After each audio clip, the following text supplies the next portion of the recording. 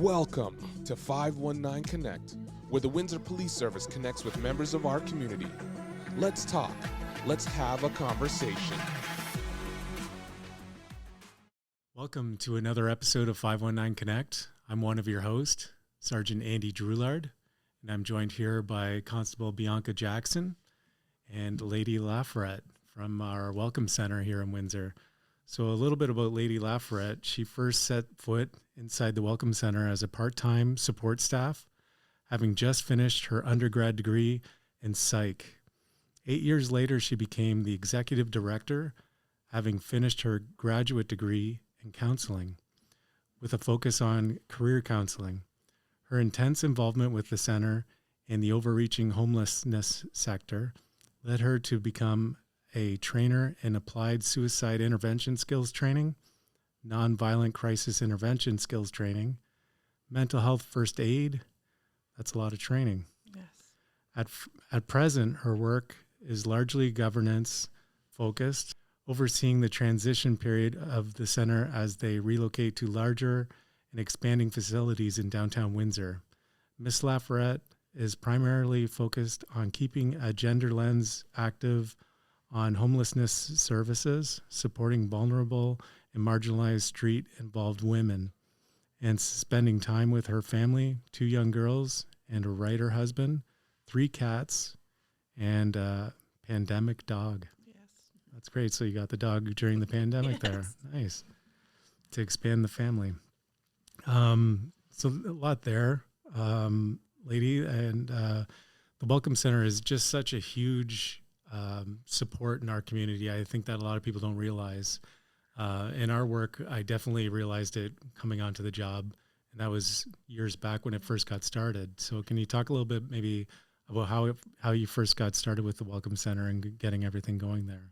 For sure. The Welcome Center actually historically goes beyond shelter. So initially, the center actually started in 1989, and it actually started by a group of 5 women who were really, really committed to underserved populations in the West End of women who were looking for support services. So initially it opened, it had nothing to do with shelter. It was primarily programming for women, programming for kids.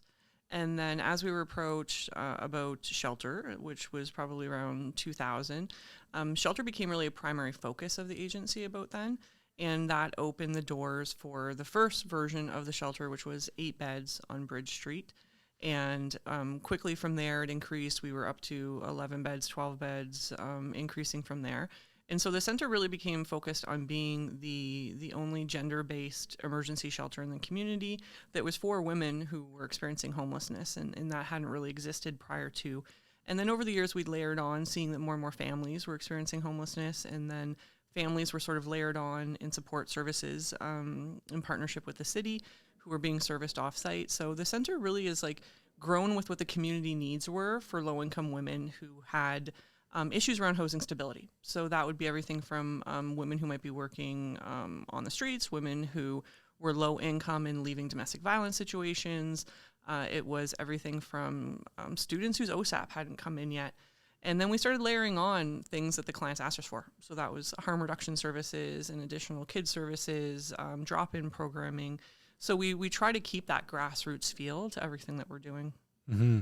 No, from the beginning, you've seen it start out, and you're just assessing the need in the community as you've been going, right? So that's great that you've been doing that.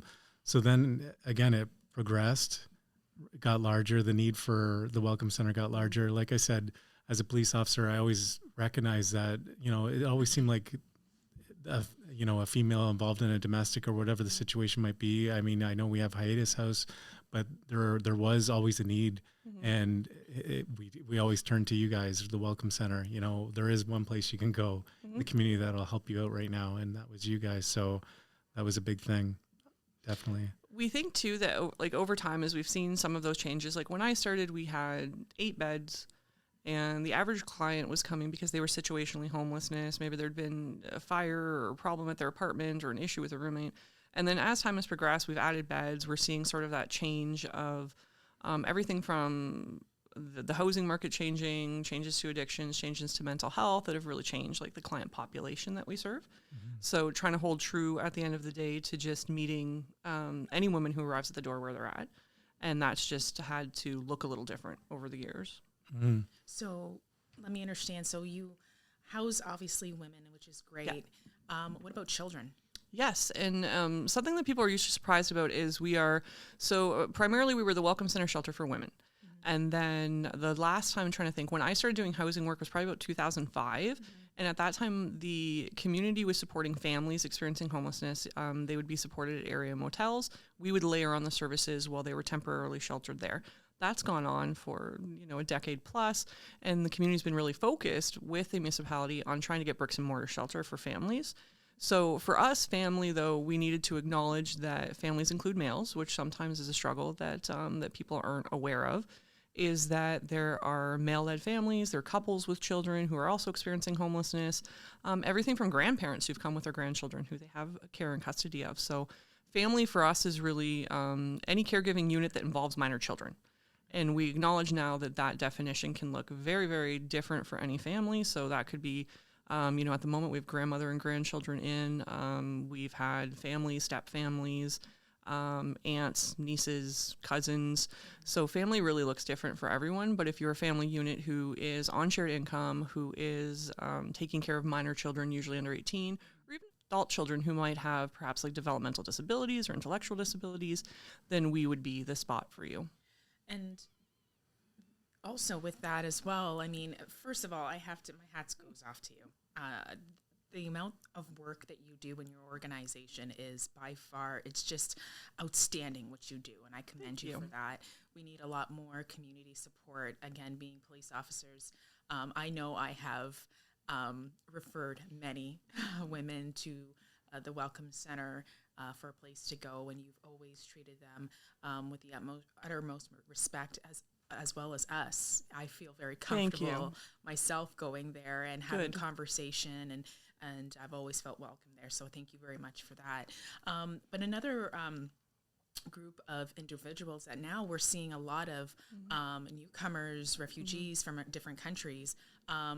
Do you house people like that, or? Yeah, I think a shelter for refugee claimants isn't uncommon. Largely, that's going to depend for my frontline staff on where the borders are at and how open the borders are and how many are coming over. And what we generally would try to do would be to connect refugee claimants with services that are really specific to their needs. So you're going to start with Matthew House for there. That's where we would primarily start with. Because they have those layered on supports that are really targeting refugee claimants, because there's just such an intensive process when you first arrive. An intensive paper process, settlement process that they're really, really experts at. So now if we shelter someone who might be a refugee claimant from a number of different places, largely some of it is the same. We're looking for housing. We acknowledge that there's going to be different barriers to housing for a refugee claimant, family, or a single woman. There's obviously a lot of different cultural barriers, a lot of settlement barriers. So generally we would try to work with the resources that are really like tailored to supporting refugee claimants. Right now, what we're seeing is like we've been so full, to be honest, that we have largely relied on support services like Matthew House to really, really assist with that. And what we're seeing is that even within the neighborhood that we're in, that we are in a neighborhood that has refugee claimants, especially, in the past probably 6 months to a year. And we're still open to supporting women in the community if they might need our drop-in services, or maybe they need help with toiletries or things like that.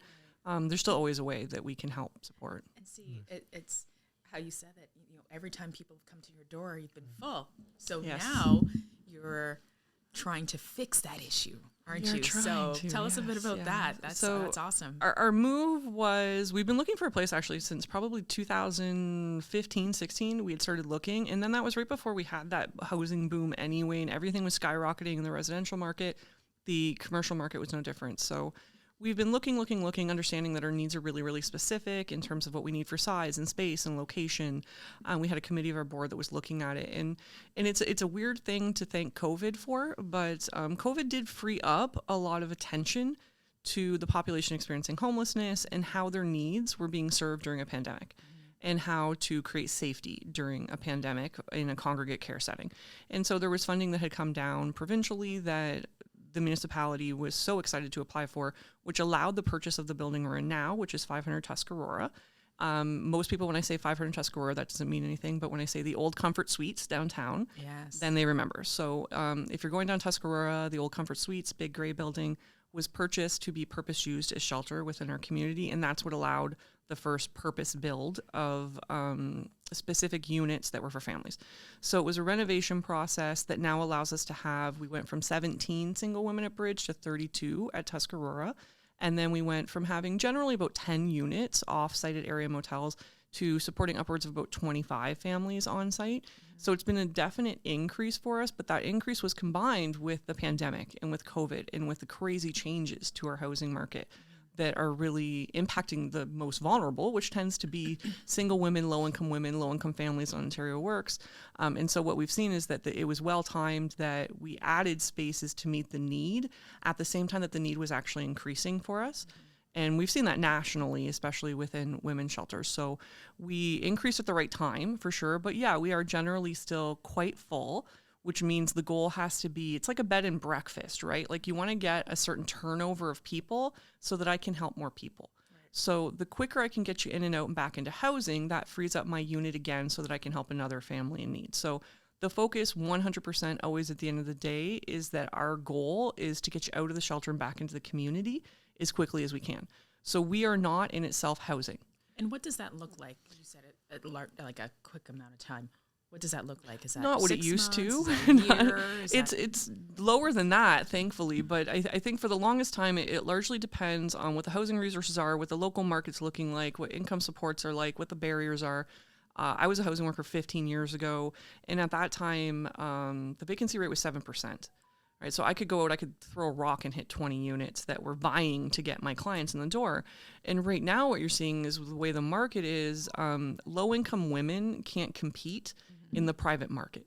So it's difficult to compete when you have landlords who maybe are looking, primarily for students or rents that massively exceed what you'd ever be able to afford on a low-income budget. And so length of stays then are impacted. So we have to look a little harder. We have to work a little harder. So stays generally for a single woman are going to be a little bit less. They usually end up averaging around 30 days.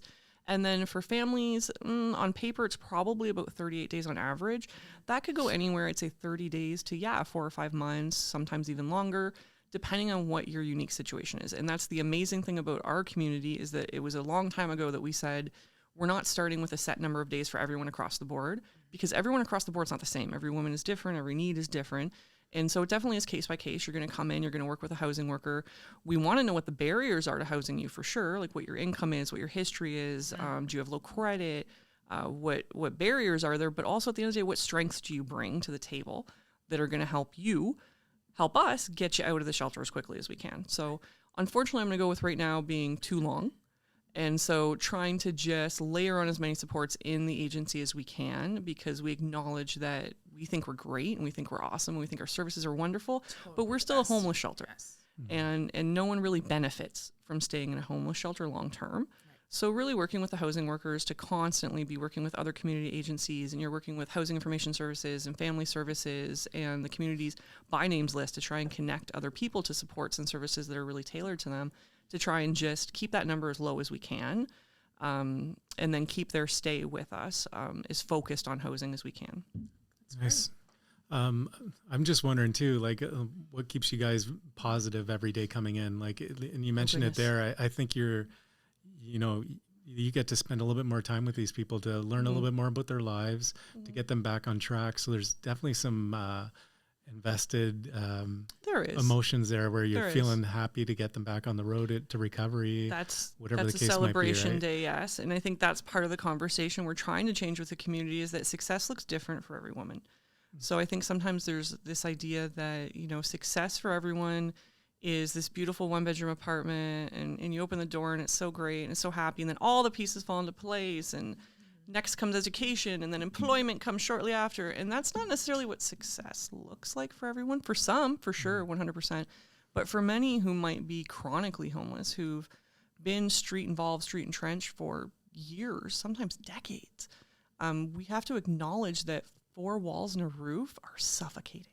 Mm-hmm. If you are not used to that environment, if you're not used to those supports, that there's a lot of baggage that you need to unpack in order to take that step into housing. Mm-hmm. And people seem really shocked by that. It's sort of like, well, isn't everybody just excited to get housed? And I'm like, you're also going from an environment where I have 122 people on any given night. I have 24-hour staffing. I have 3 meals a day. You're surrounded by your sisters. Mm-hmm. And then I say, here's keys to a room on the other side of town, and you're in there by yourself, and good luck to you. And that's a struggle for sure, because you lose that sense of community that you'd started to build. And so I think we focus on things, like our drop-in program. Keep coming back to drop-in, then connect that way while you're in the process of creating your own sense of community from wherever you've moved to. So it's been a process of like, you get to be this small part of a woman's journey, and that looks different. Like sometimes people are in and out, and they're situationally homeless. They're very low need. They can solve their own homelessness very quickly. But then for some of the ones who you do get to know, not just over the months, but over the years, at the end of the day, we acknowledge that there's people that, have been accessing the shelter system for years, and you get to know them really, really well, and their stories, and some of their struggles, and you wish that you would never see them again. You wish that they would just find a place, but that that's not the reality. But I'm still going to greet you just as excitedly every time you knock on the door, and I'm going to say, gee, I wish I saw you under different circumstances, but I'm happy to see you at all. Nice.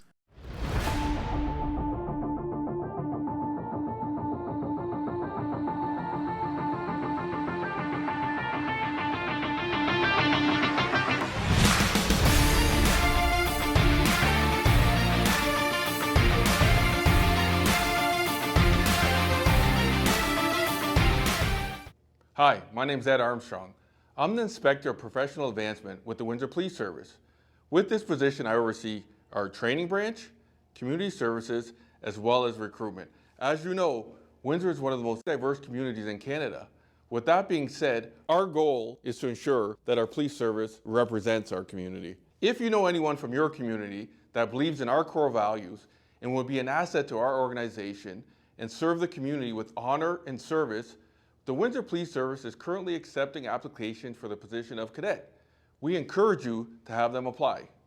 Although patrol and ensuring the safety of our community is our #1 priority, the Windsor Police Service offers different departments that may interest you.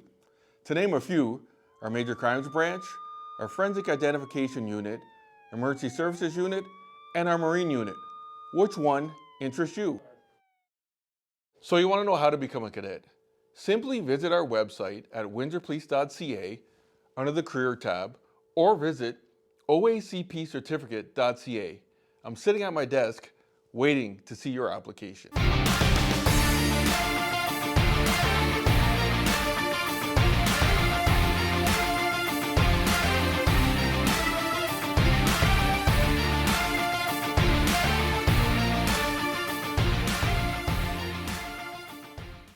No, that's great to hear because, like I said, sometimes in our job we're resolving a situation, but we don't get to see an end result. So you guys get to be a part of that whole journey with people, right? And even like you touched on it there too.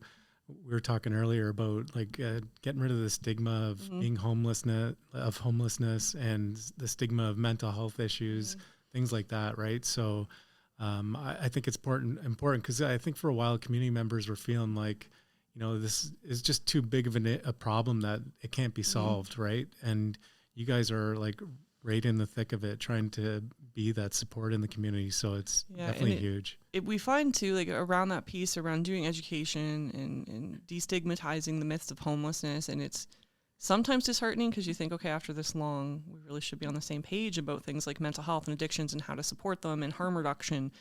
And it's always like a little bit shocking when you meet someone whose worldview is a little different than your own and it doesn't really support that.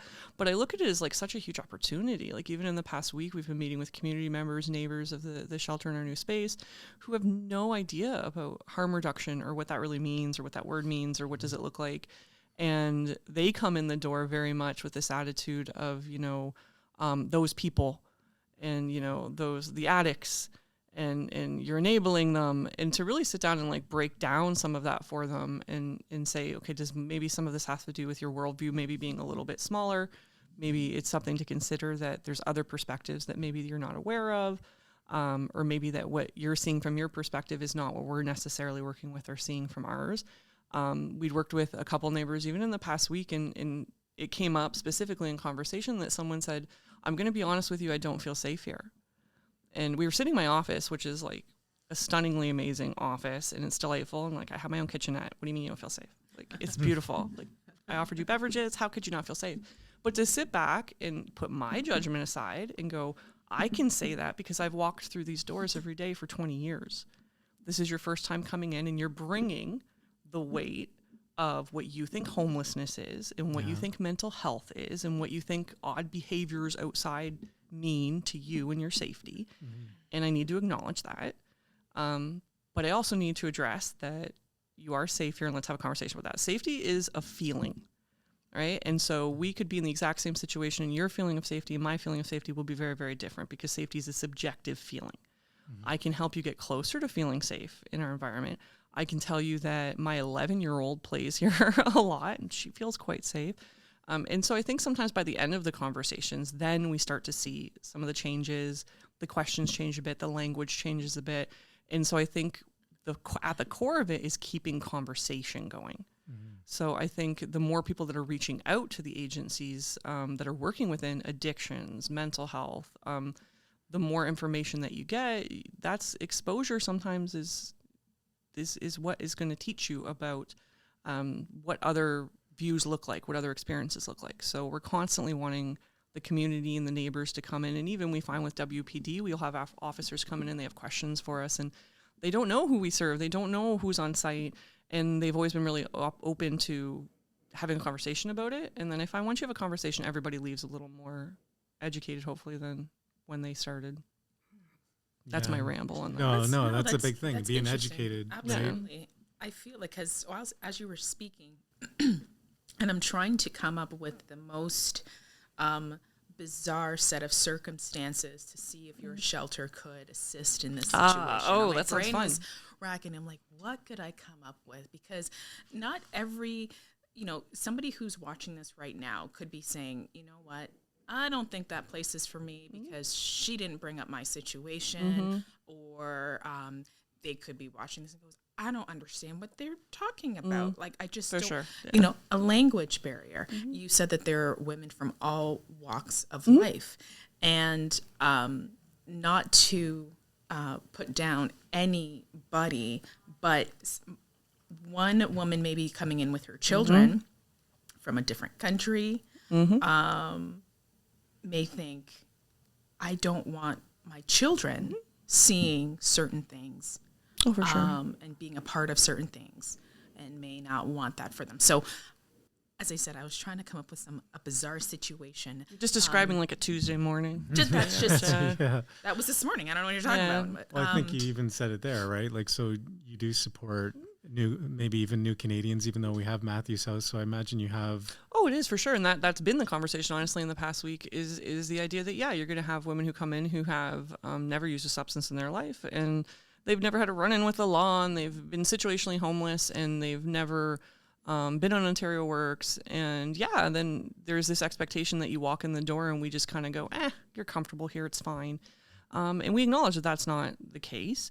And so that would be efforts from everything from trying to figure out who we're going to room you with in your unit. Maybe that needs a couple tries till we get the kind of right fit there. A lot of it still comes back to conversation. We will have on a daily basis, someone will come and say, like, why aren't you playing with your kids out front? Like, your kids are always in your unit. She said, I don't want my kids to be out front. I don't want them to see some of what's happening here. Okay, let's have a conversation about that. Like, what are you seeing that's happening on property? Maybe we can put an end to that. Maybe we can respond to that. Maybe we can create a different safe space that's a little more separate for the kids area versus single women or versus families. I think as long as people feel heard and understood that, for sure. I know what it is to walk through these doors as the ED. I have no idea what it is to walk through as a service user. I have no idea what it is to sleep in one of these units, to share meals with people that I don't know. So I think it's a lot of just the support piece of, we're not expecting you to overnight become okay maybe with things that you're not okay with. Let's concentrate and focus you then doubly hard on housing. Let's get you out of here then as quickly as we can. If you have questions, tell me what they are. I'll answer them as best I can. You might not love my answers every single time, but you're going to know that I gave you an honest answer if I could. So in the past week, what I would say is that has been, yesterday, a mom coming to me and saying, we need to have a conversation. She was very angry. We need to have a conversation. My son went to use the bathroom on the main floor, and there was foils on the floor, and there was some paraphernalia, and so-and-so was using in there, and my son has to go in there, and that's unacceptable. And to go, okay, fair enough. As a parent, I'm sure that was massively discombobulating to walk into, and you're just trying to use the bathroom.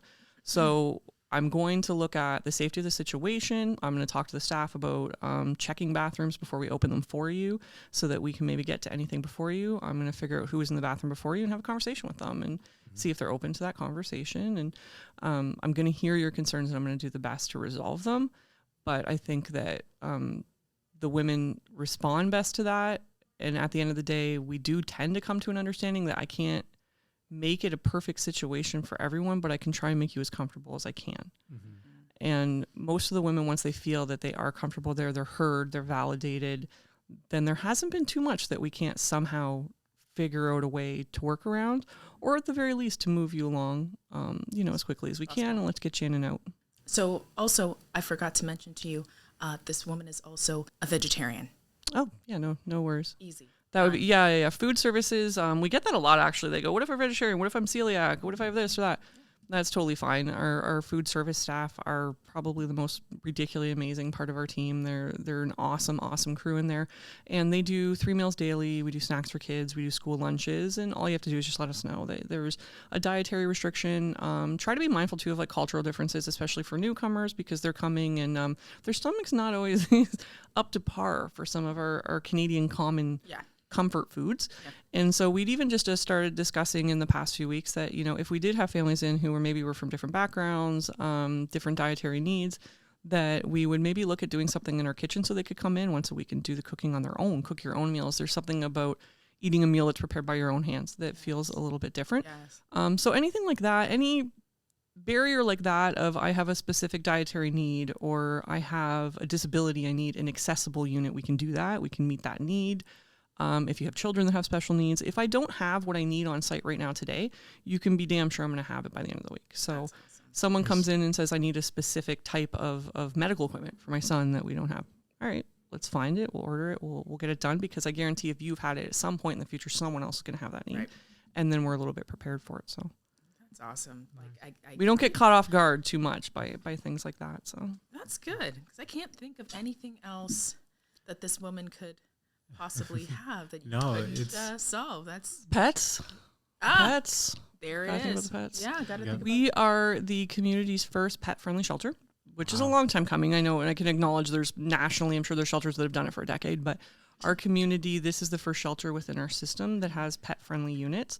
So we actually just opened those probably, I'm trying to think, about a month ago or so is when those units went online. We wanted to get the staff all trained up to know what we were doing. That is an amazing, amazing partnership that we have with the Humane Society. And the Humane Society, they came on board immediately the first time we called and said, what can we help with? So when you come in as someone with a pet, we do have limited pet-friendly units, but we have units that will accommodate any pets that you have. You will be provided transportation to and the cost covered for a wellness check for your pet when they first come in. Everybody comes in the door. You're going to get flea treated just to make sure we're not bringing anything in. You're going to get your wellness check set up with the Humane Society, make sure everything's on the go. Just a general overall check to make sure your pets are as healthy as we want them to be as well. And then that way, that raises a barrier for a lot of the women who might choose not to leave a situation because they have a pet, which, I can totally understand that there's women who would live in their car rather than come to shelter because they have pets with them and there was no shelter that could accommodate that.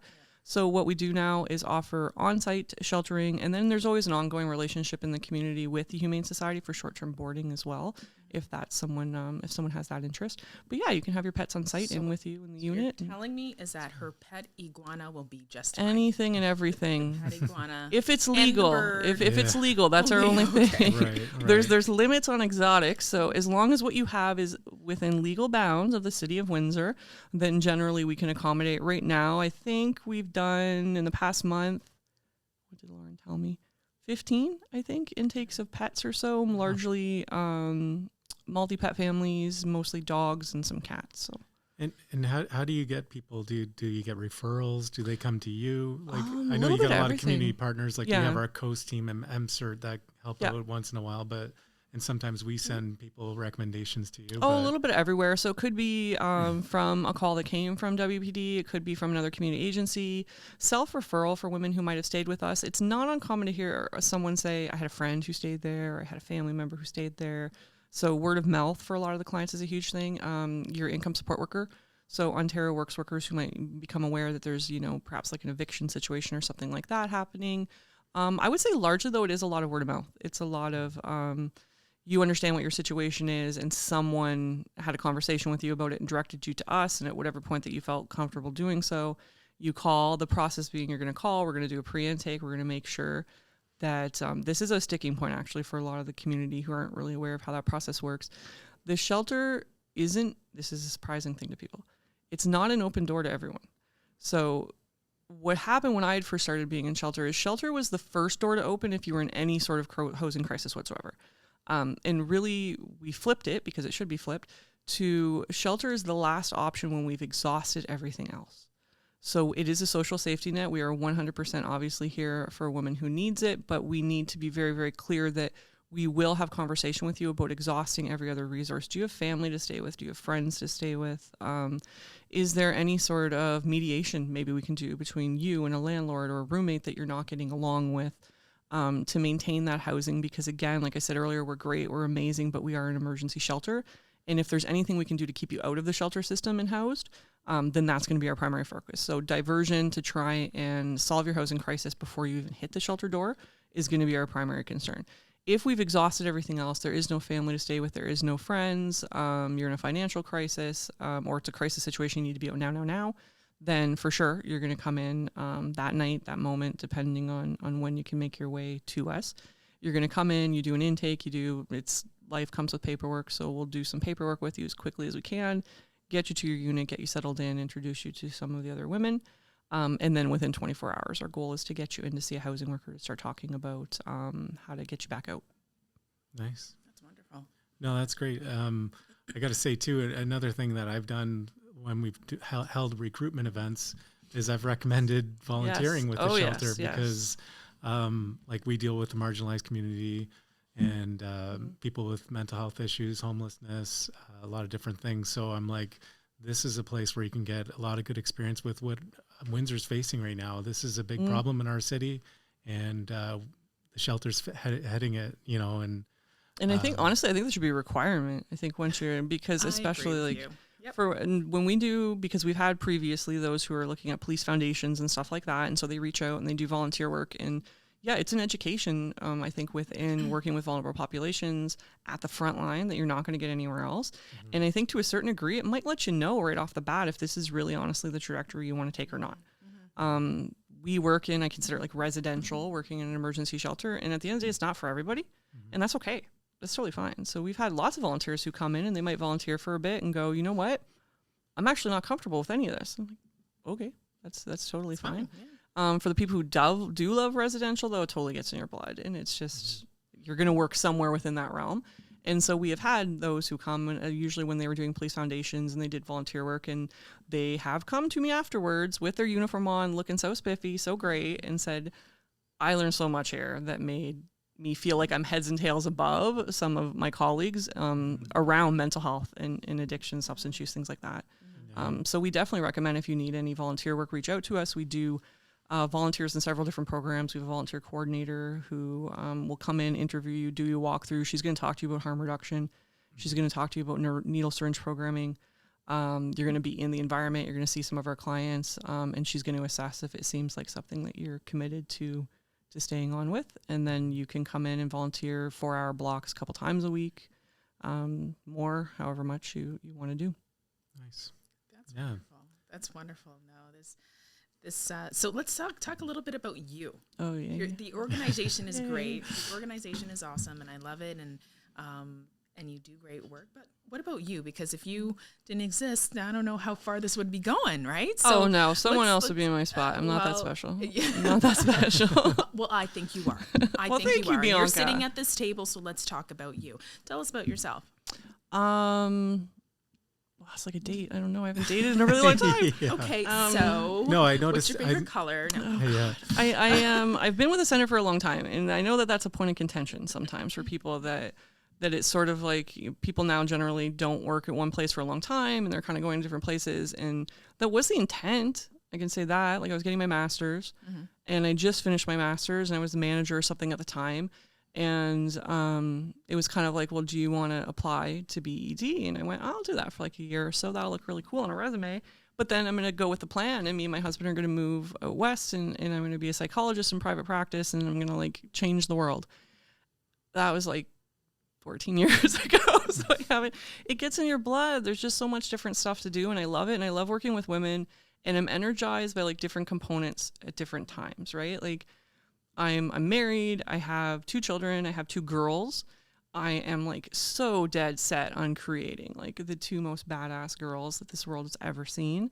And I know how shelter fits within that. And I love bringing them to work, and I love watching them play, and I love watching them ask questions, and questions I'm sure maybe some parents find wildly inappropriate, but it sparks amazing conversation. And so my kids come and they do stuff there, and all the pictures that are in our hallways, my daughter hung when we were moving into the building, and I love that. I think for me, it's like, I love that it gives me a taste of everything. I'm not going to lie, I love paperwork at the end of the day. So I do love that sort of like governance, ED part of it. I love the community conversations, but I love that at the end of the day, I can still walk out into the lobby and just have a conversation with a woman, which I realize sometimes I get waylaid on. I definitely do not do as much as I should. When I do, it's like, that's my drug, is I feel energized, and I feel like this is why I'm here. This is what we're doing. I can change, maybe not the whole world, but I can change today for this woman and make it a little bit better for her, a little more comfortable. I can calm down, hopefully, an angry neighbor or a staff who's having a problem, or a student who's struggling with the settling in. So I think I love like those daily aspects of it. Yeah. But yeah, I would say like, I don't know, I'm pretty average in every other regard. So I've got kids. I've got my daughter is 11. Her name is Lelena. I have another daughter, Delilah. She is 9. My oldest daughter has alopecia universalis, which is a bit of a thing. So she has been diagnosed with that since she was about 5.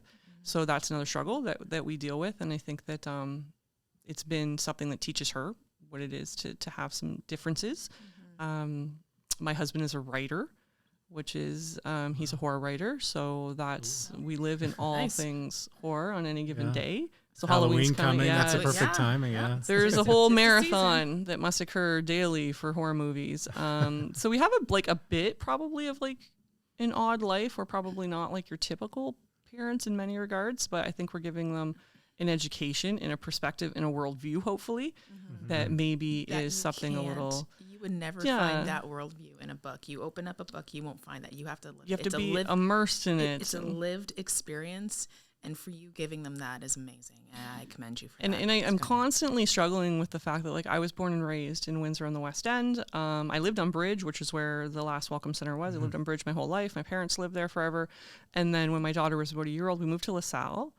And I never realized like the internal struggle that I would experience with that like I felt like I was losing some sort of like street cred by like moving to LaSalle. But, and so then it's just, and then I did. And then because people make fun of me for it. And I have kids who are going to school in a definitely a more privileged setting than I perhaps grew up in. And so I think that's why I love constantly being like, this is not the whole world. Absolutely. Like not even a small component of it. So, I love that my kids get to come in and experience other people and other cultures and other issues and experiences that they never would have had a chance to otherwise.